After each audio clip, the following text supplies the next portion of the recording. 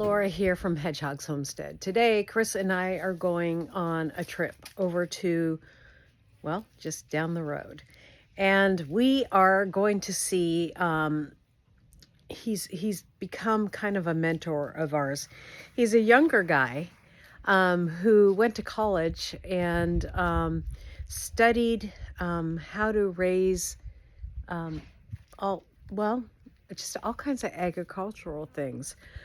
He raises beef, pigs, goats, and lambs for a living.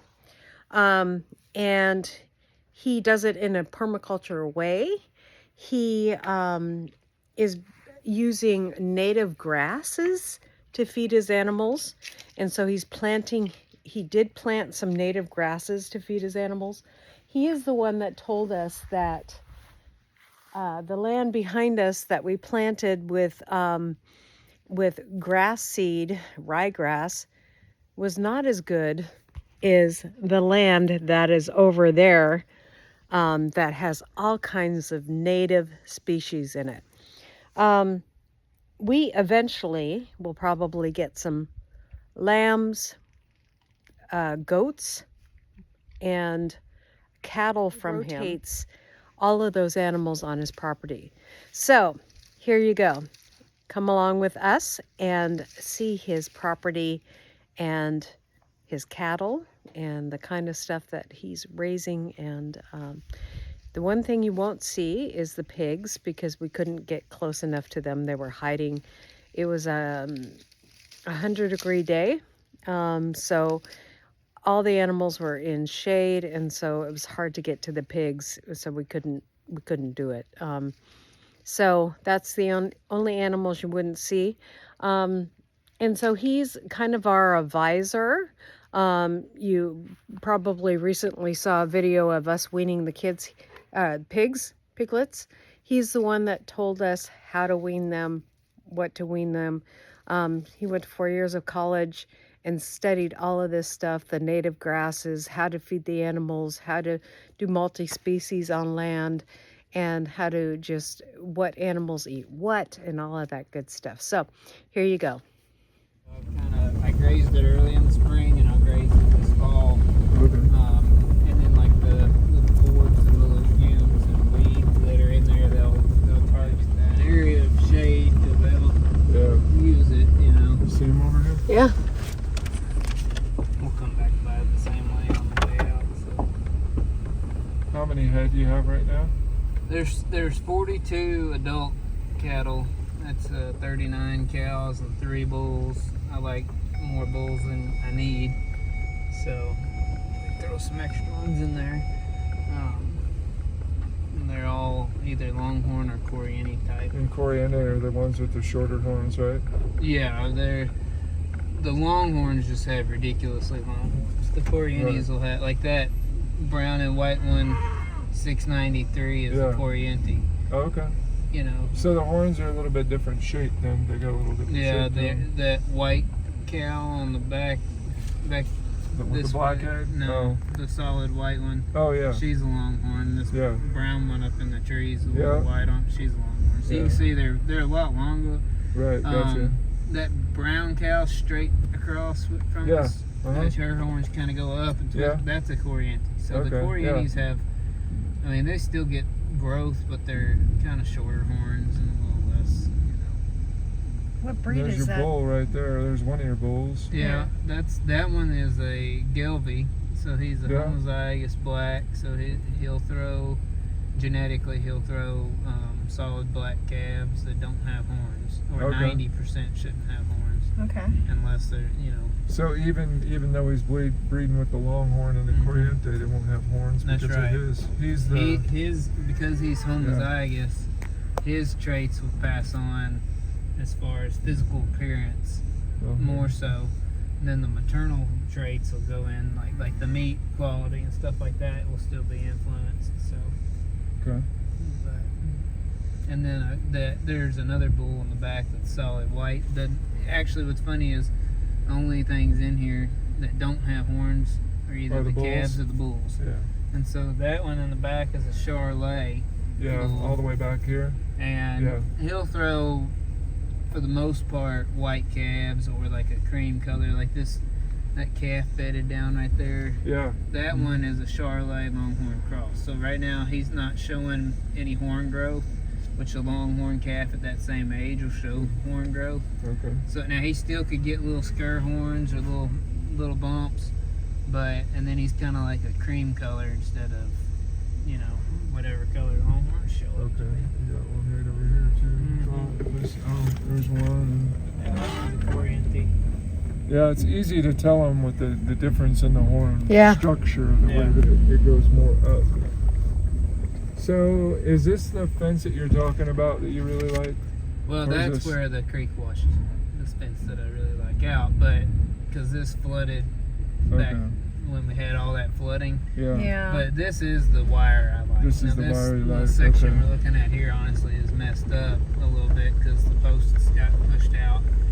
So the top barb isn't as tight and it's a little loose now. But I mean, even then, it went through a flood. We had debris on the back side of that because there's a gully right there that washed out. And that debris was about 2.5 feet high on the side of the fence, pushing on the fence. And I went in with the skid steer and just scooped it off and pushed the fence back up. You know, so it did what it needs to do. Right. So then how are you stretching your fence too? Are you just pulling on it? I have a 3-point hitch stretcher that hitches the back. You unroll, like you hold the wire and you drive and it'll unroll and then you bolt it down. 2 years ago, this whole farm was growing corn. So it's been So you just bought it over the last couple of years then? Yeah, we bought this farm not that long ago. Okay. About the same time we got our farm. It's what? At the same time we got our farm. What is all this bramble here? This is kookaburras, and I'm going to bring some sheep over because they'll eat that. Okay. Cattle don't really eat it, but you can see this kind of gives you an idea of what this Sudex stuff looks like before and after grazing. They've been in here about a week and a half, so I'll try to get them to 2 weeks. I push them a little harder when there's calves in here because you can't find them all, and you want to make sure that you eat it down enough to where you can get up here and really look through and see what you've got. You know, that way you're not leaving somebody behind with food. But they're eating it pretty good. They're getting it grazed down. I've actually grazed them twice in this field, twice already down to the dirt and sorted them. Nice looking calves. Yeah. Yeah. Oh, that 21 right there, he looks really good. He, she. Yeah, and all these, for the majority, they were all born within 2 or 3 months. So That's a nice looking calf there. Yeah. Really nice looking. And this is probably one of the hardest times of the year for them is with the flies. Yeah. Oh A yeah. lot of flies right now. But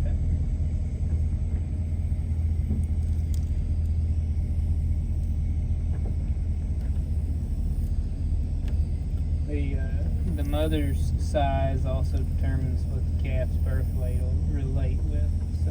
So they're a lighter calf, or a cow. It looks like. Yes, they don't grow as big like my steers that are out of a Longhorn. They finish at around 1,000 pounds. Okay. At about 20 months old.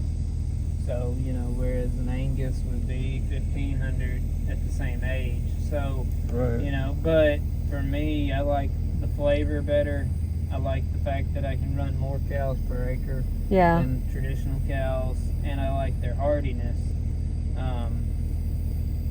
I've only ever lost one cow that was a Longhorn, and she was really old and had trouble birthing the calf. But I mean, they don't really get sick, and if they do, usually they heal up pretty much on their own. I mean, this white cow that's sniffing the truck, back in the spring, she got something hurt. She hurt her foot, and she could barely walk. And a week later, she's back up and walking. I didn't even give her a shot. Yeah. Whereas, I know others, like my neighbor just upstream, he's had a terrible year with he's got Angus cows. He's had pink eye that he couldn't beat, he had cow die and another calf died and another cow died. And he's just had all these issues. He's doctoring them and doctoring them, doctoring. And he's like, you know, because the spring was really wet, so you know, pink eye and worms were real bad in the spring.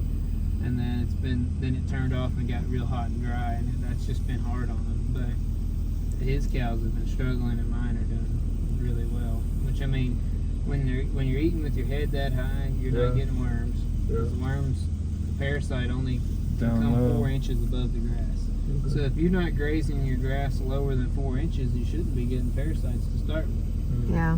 Whereas in here, they're grazing at 6 feet. You know. Yeah. Is that the sorghum? Is this the tall or no? Right.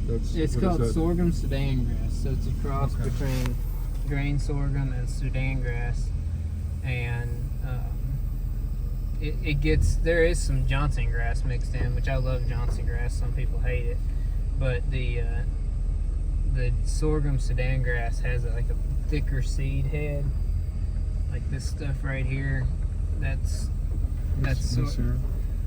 sorghum Sudan grass. And then if it's got more sorghum variety, like this one right here, this little one. See how looks more like a grain than a seed. That took on more of the sorghum genetics, whereas some take on more of the Sudan grass. And you planted all this and then just let it. I planted it 2 years ago. Drilled it in, and it came up, and I didn't graze it the first time I planted it. And I actually grazed it during the winter. After it died, I had a lot of good seed, and I had the leaves, and I turned the cows on it, and I didn't have to feed hay till middle of January because they ate this sorghum Sudan stuff. So they ate the seeds, which gave them the protein they needed and all that, and then they ate the leaves for the just dry matter in their rumen that they needed. And so they really didn't eat hay, and they did really good on it. But because I let it go to seed and establish this year, when spring came around, it just came back up, and it came up really well. They poop out the seeds too, right? And then if they eat it before the seeds mature, like that cow right there just broke the top off, and she's gonna eat those seeds up, they're not gonna do anything. They're not. They hadn't dried out enough to be at the germination stage. So, you know, but it helped her. You know, that was a good bite of food. But and she's liking those because she's.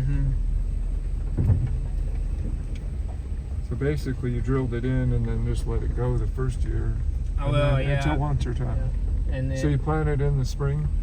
Yep, you plant it in the spring, about end of April. You plant it, and then I left it the first year just because I felt like it. And then I used it in the winter as my feed. So I still grazed it, but I didn't graze it until later on. It did really good.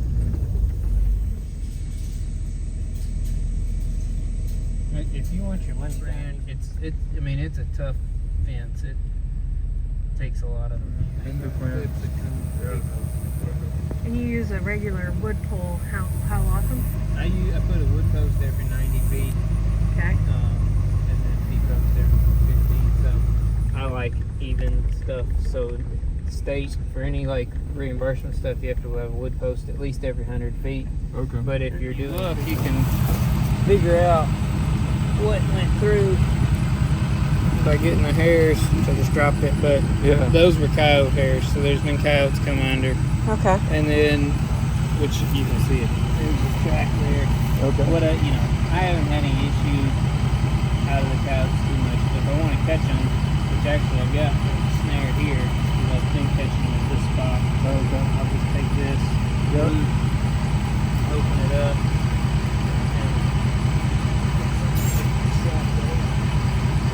all it is you loop about like that, and they'll come Not through. see it. Yeah, they'll come through there and stick their head through that, and they'll be there. So I grazed this one fairly hard. Great. Got a lot of clover. And so you can see kind of how it's struggling a little bit. Against the native grasses coming up. But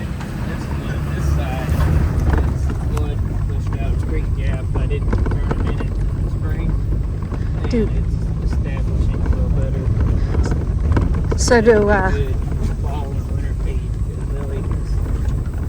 will they eat the goldenrod and stuff too? Oh yeah. Yeah, we have a lot of that too. They'll eat the weeds. They'll eat the different sedges, and you know, there's some varieties of grass that out here that came up on their own. Yeah. But it'll take some time. Like right here, you can see the clover didn't handle the heat. So this big dead patch was back a few months ago knee deep clover. I really didn't want the clover, so I'm kind of glad it's dying off. It's just too much. And you see where there's grass. Yeah. Forward, you can see clover came up on its own. Yeah, we have clover coming up on that zone too.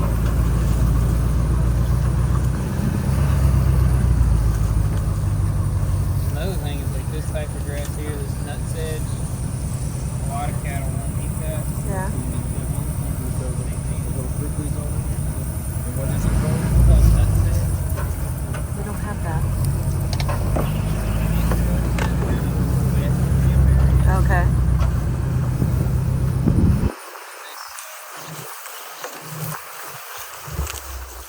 This stuff right here is called purple top, Yeah. and it's some of the native grass. It's second native species. Okay. It's super high plant, like plant fat and protein. Okay. So it comes in the fall. That you planted it. Yeah, I got, so I did the native grass establishment. So they bought the seed, native seed place. So you had to do. This you is a broadcast? native grass. Okay. Honestly, some of it probably came up on its own. Okay. But, and no, I used a no-till drill. But you can, if you look out across any of that purple tops that you see, Yeah. Yeah. that is the purple top. And it's a really good grass. Then we have little blues, big blue stem. Those are, they look kind of like broom sedge. So some of this stuff looks like broom sedge. Uh-huh. I think the little blue, big blue. We got some gamma grass.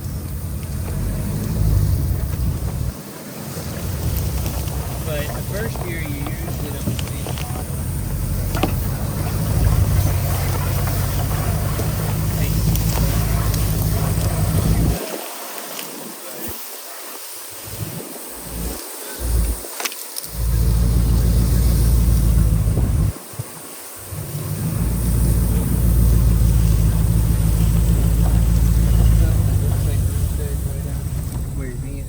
Oh, okay.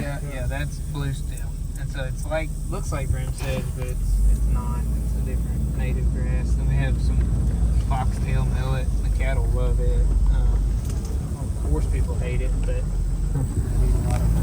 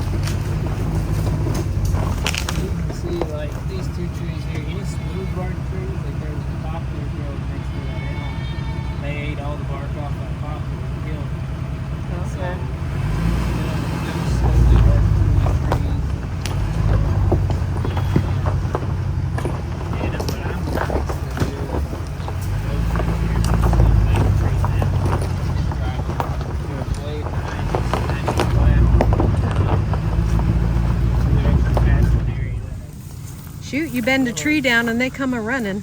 Yeah, they're a little shy. Normally it's great. But you can bend it down and it'll break, and we step back and they'll rush in and eat it. Because they love a fresh tree. So what about tile pressure? What do you do for that? I've got dogs out here. They help. They had an invertebrate. I shoot a lot. That's probably the best way to do that. But what do you just sit up there in the evening, late at night? So all the goats will gather back at the barn at night, and we'll just sit in the barn and wait for something to come up and try to get them. Last year we killed about 36 cows and 12 bobcats. So Yeah, that's what we need to do. Yeah. Shooting them is the best. Trees. Wow. We just cut, we kind of mushed them down, and time did the rest. And obviously the hill looks a little rough right now because we're in a drought. Right. But it really cleaned up a lot. Got some beautiful longhorns down there. Yeah. Yeah, those are fancy longhorns. So does your dad farm too then, or is this? No, he's just retired. Oh, okay. Spraying herbicides, so I use the goats to eat the weeds. You can see it's pretty much all grass. No, you don't.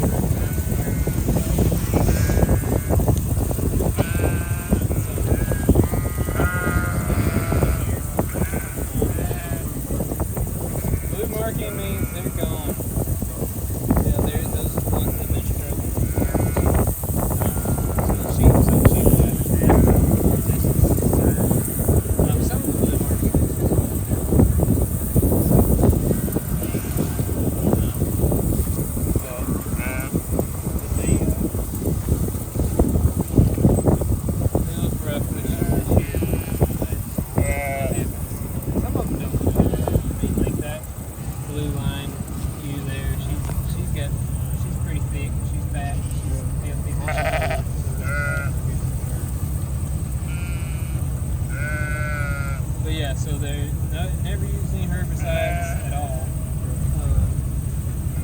Have mowed with 3 of these squares. There's a back square I've never mowed. It doesn't make a difference. The only difference is the blackberry. See? Those were blackberries. Ate all the leaves off of them. That was gonna die back.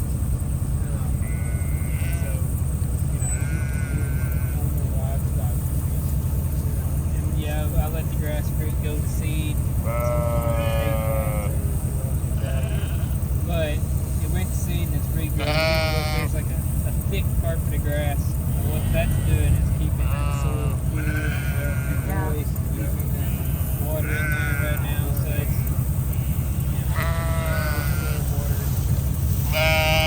runs off the well. I just put a float valve on it and a concrete trough. That's actually a feed trough. A cattle feed trough that I just put a plug in it and it works pretty good. So. Oh, that's cool.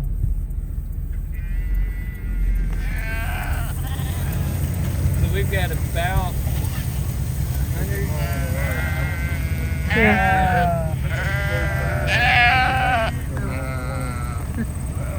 We've got about 100 full-grown ewes and then about a dozen goats. So that'll show you what a dozen goats will do. Just adding those in. And sheep eat more like a cow than they do a goat.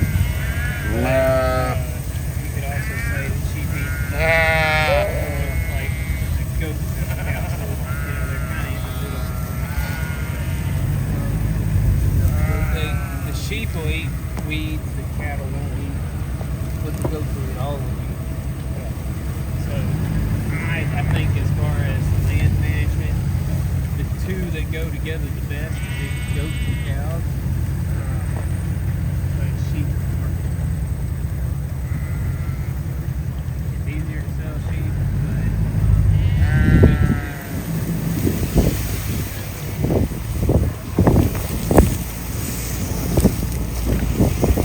so honestly most of our coyote pressure is during the night. They lay up in the shade.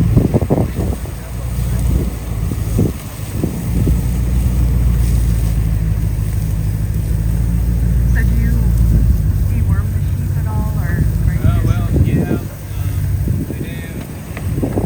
If you have sheep and you use dewormer, it takes yeah. Unfortunately, we got that, so it's like squirt water around here. Yeah. Which is honestly a good thing and a bad thing. They are extra Right. So it wasn't looks good right now. It didn't help the sheep. Yeah. It wasn't. Yeah. Beef feed up there. Your feedlot has grass in it. Yeah. It's amazing. I didn't think feedlots were supposed to have grass. And so they have creek access here. It's a corridor. I got a feeder. And then access to all this grass. That side of Butcher is really grass is more at its peak to where because when they butcher in the wintertime they do have a little bit more grain ratio when they're dying to grass. It just changes a little bit, but right now they're over there. Just the same Yeah. here, but I've So got that's some your- longhorns on yeah. feed and some Angus on feed right now. I guess some turkeys on feed. And then I put some rams in here.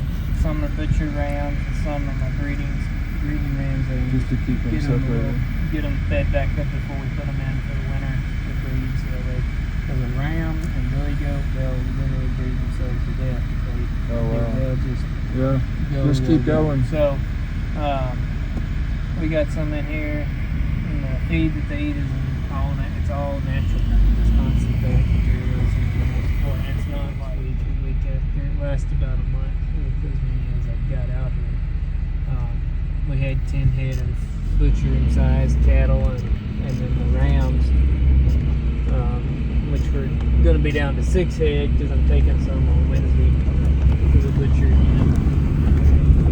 Which I've still got one half left. So one half a cattle. yeah. What is it? All right, guys, wasn't that awesome? Thank you for coming today. God bless you, and we'll see you next time here on Hedgehog's Homestead. Bye.